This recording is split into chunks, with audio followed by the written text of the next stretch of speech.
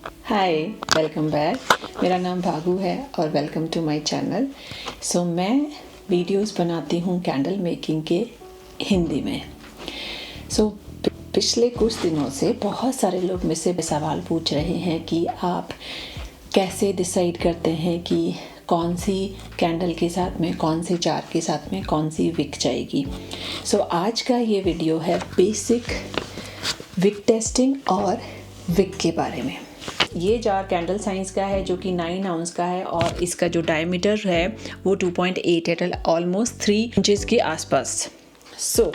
Diameter rule ये कहता है कि हर 1 इंच डायमीटर को मेल्टिंग पूल पहुंचने में 1 घंटा लगता है। इस जार के लिए जो कि ऑलमोस्ट 3 इंच का है, उसको मेल्टिंग पूल बनने में लगभग 3 घंटा लगेगा।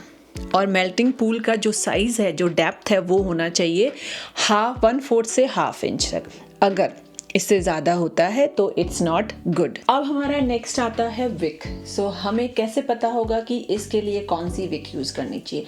सबसे इजी तरीका है, आप कैंडल साइंस की वेबसाइट पर जाइए, वहाँ पे विक गाइड है। उसके अंदर डायमीटर के साइज़ और वैक्स के हिसाब से एक रिकमेंडेशन देते हैं। आपको एटलीस्ट 2 या 3 रिकमेंडेशन विक आपको लेनी होगी।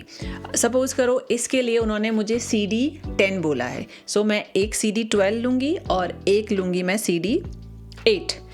3 विक साइज उनकी रिकमेंडेशन से, एक हाई और एक लो। इस तरह से मैं 3 विक टेस्टिंग के लिए ऑर्डर करूँगी।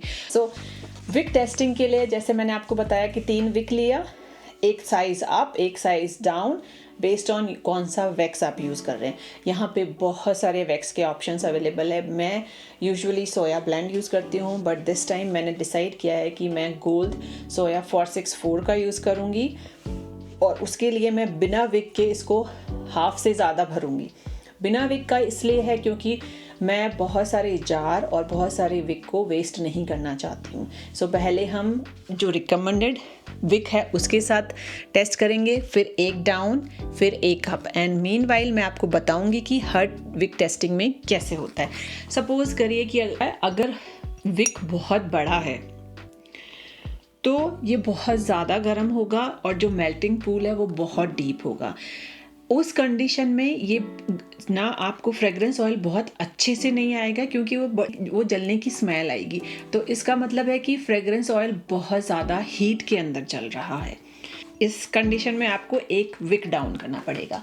फिर आता है, अगर विक बहुत छोटी है तो मेल्टिंग पूल प्रॉपरली डायमीटर तक नहीं पहुंचेगा, वो अंदर तक जल के एक टनल जैसा होगा।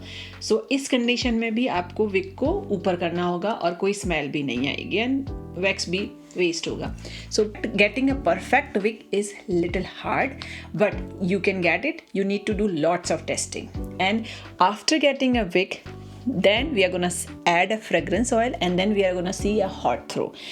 Hot throw is very very important, क्योंकि बिना हॉट थ्रो के आपका कैंडल नहीं है। कोल्ड थ्रो इज़ लाइक जब आप उसको बिना जलाए सूंघते हो, कोल्ड थ्रो होता है। हॉट थ्रो जब आप कैंडल को जलाते हो तो उसको हॉट थ्रो बोलते हैं। कोई भी कैंडल का परफॉर्मेंस उसके हॉट थ्रो के ऊपर ही डिपेंड करती है। अगर कोई आपसे कैंडल खरीद रहा है, उसकी जलाने पे कोई स्मेल नहीं आ रही, तो there is no point of buying a candle. Diameter rule आपको समझ में आ गया है। एंड डेप्थ 3 आवर के बाद में 1/4 से हाफ तक ही इंच का होना चाहिए। अगर ये बहुत बड़ा है, बहुत डीप है, जैसे कि मैं यहाँ दिखाती हूँ, ये देखिए यहाँ पे ये बहुत डीप है, ऑलमोस्ट 1 इंच के बराबर है। It's not good. मुझे इस कंडीशन में विक डाउन करना पड़ेगा। हम विक डाउन करके टेस्ट करेंगे। आज के लिए इतना ही, लेकिन before going let's fill this jar till 3/4 and then we are gonna do testing.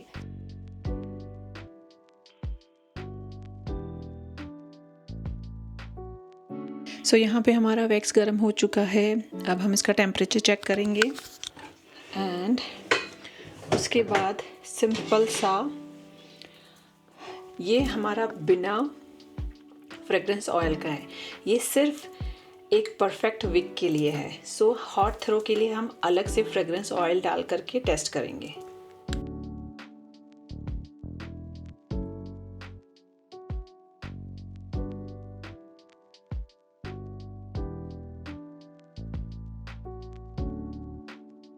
अभी हम इसको साफ करेंगे और उसके बाद हम इसको इसके अंदर डालेंगे। ट्राई, लेट्स सी कितना आता है इसके अंदर।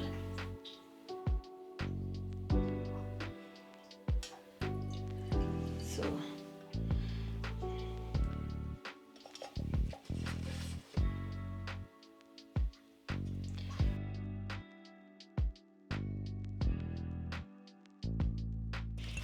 So don't forget to follow me and subscribe my channel, because we are gonna do lots of wig testing and we are gonna find a perfect wig for this size with Soya 464.